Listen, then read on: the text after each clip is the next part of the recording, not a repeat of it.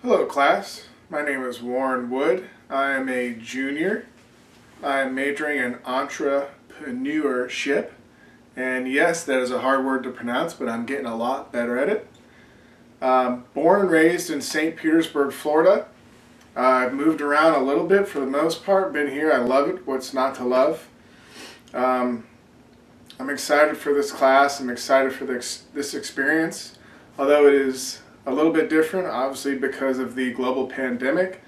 I don't mind taking some online classes, but to have to take all online classes is a bit of a bummer. But what else can you do but make the best of it?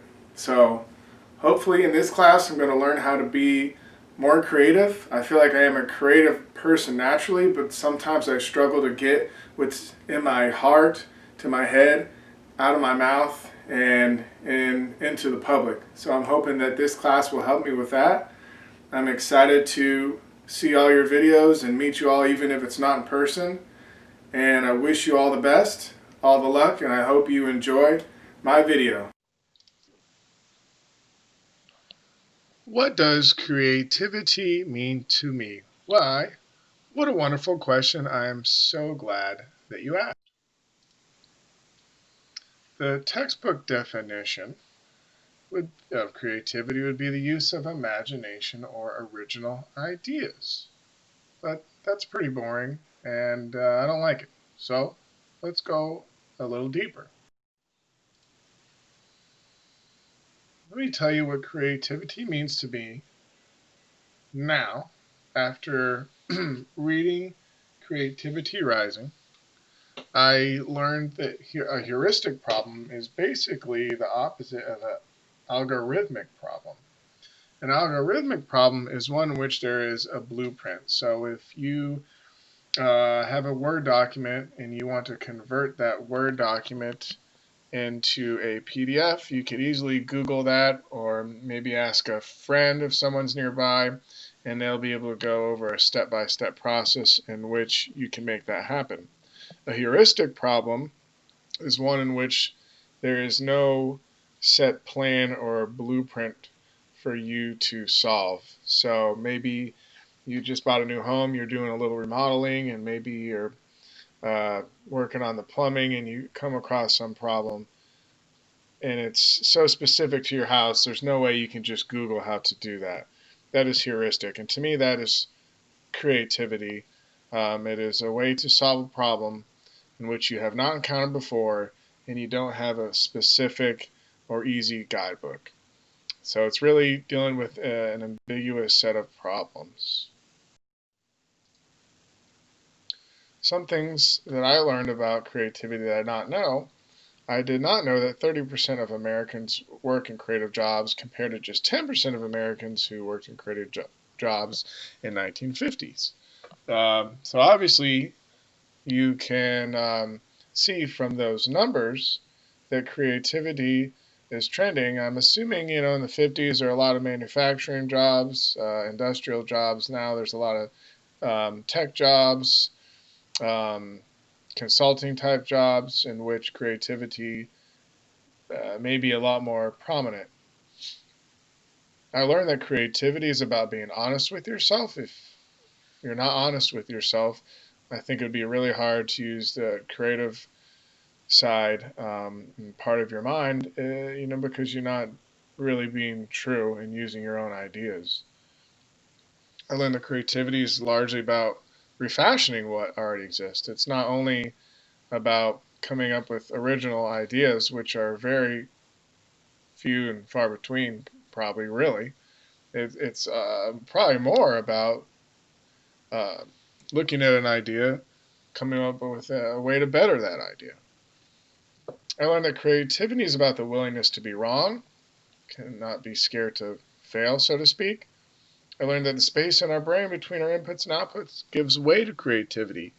I learned through the film The Creative Brain that at one point our brains were obviously a lot smaller, and the input and output part of our brain was a lot physically closer, and therefore the time in between those neural connections and the activity was very short, where now it's much longer, and that apparently gives way to the creative process in our minds.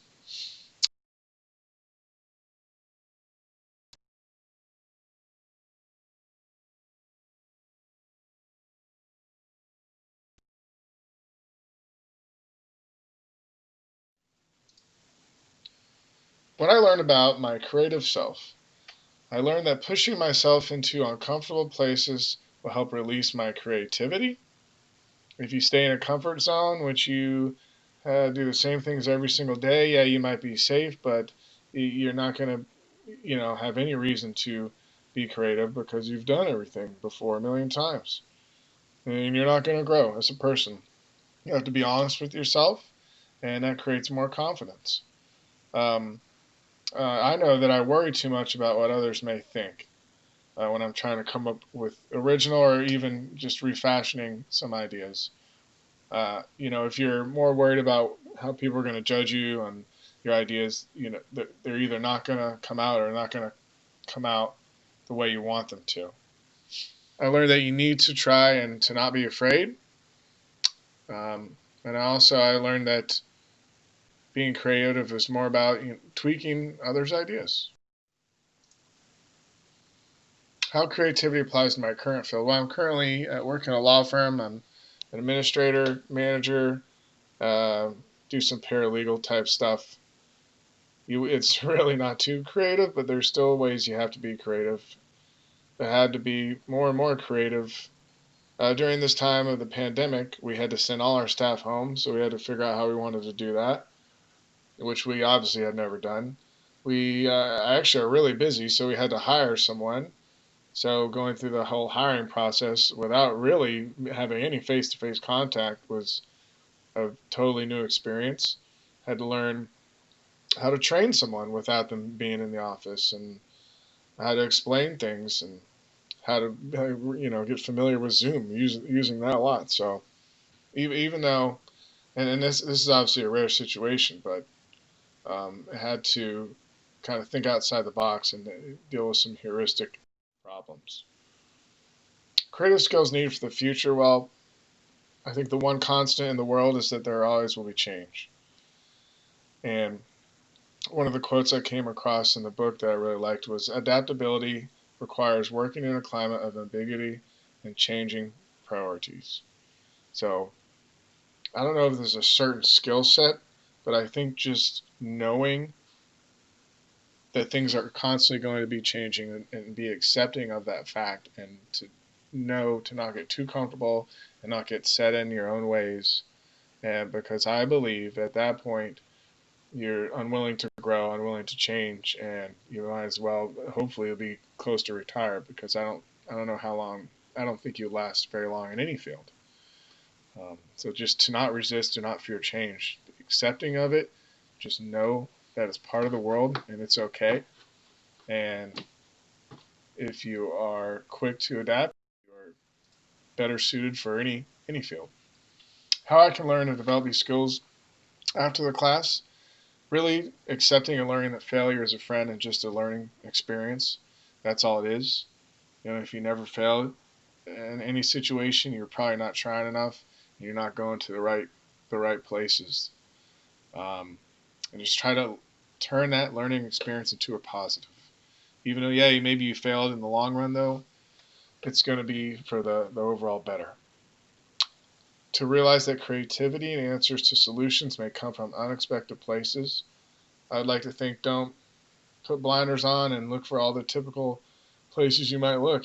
Keep your peripheral vision um, in sight, and be looking, whether it's in nature, in a quiet place in the morning. You never know where you might find something to spark a little creative juices and an idea that can lead to something otherwise you might not think it would. Like I said before, fight the urge to stay in the comfort zone. Take some risks, travel the less traveled paths, and always try to exercise your imagination, just like by just journaling. A lot of people want to write down ideas and do things like that, but you have to force yourself to do that. And when you do, uh, who knows?